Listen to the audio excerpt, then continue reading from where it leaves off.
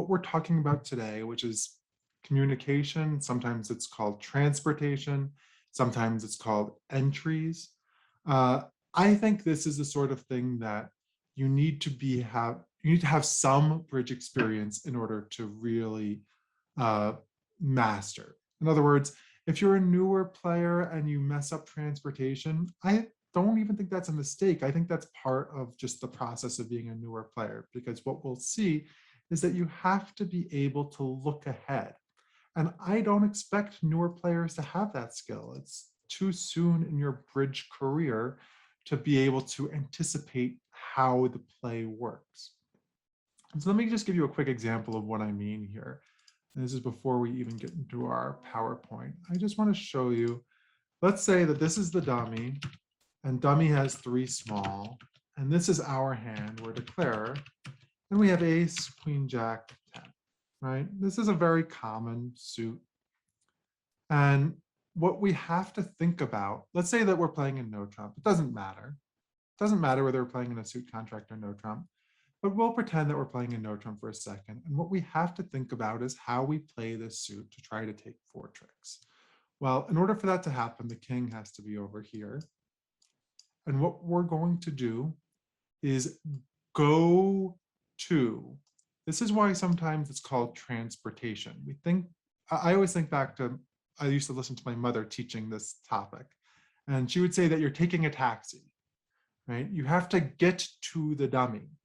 And taxis are not cheap. You have to pay money for it. You have to think about, the logistics of it, right? So we don't want to just take a taxi for no reason, realize you forgot something, go back, take a taxi back, take another taxi, right? That's expensive. Don't do that, particularly if those of you who are in New York, right? I guess I could say Uber now. So we don't want to go back and forth unnecessarily. What we're going to do, though, is go here, play a card, and play the 10, right? And if that wins, they play low. We're happy. But what next? We have to go to the dummy a second time, right? 2 taxis.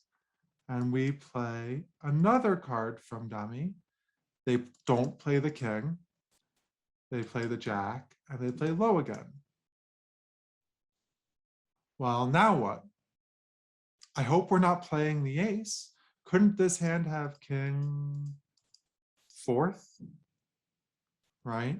So when we see this, we don't think about the fact that we have to go to dummy twice. We actually have to go to dummy 3 times and lead the 3.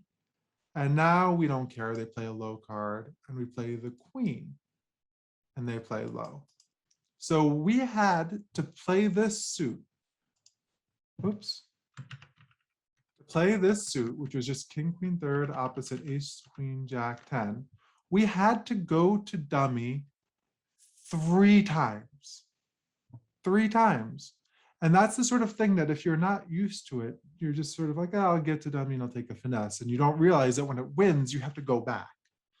Okay, that's the sort of thing that is an easy mistake to make, particularly when you're not used to it. And sometimes it feels like, oh, wait, I was sort of expecting that to lose, and you don't plan for what happens next. So that's what I mean when I say newer players need to sort of experience it a few times before they can really get into the nitty-gritty of it.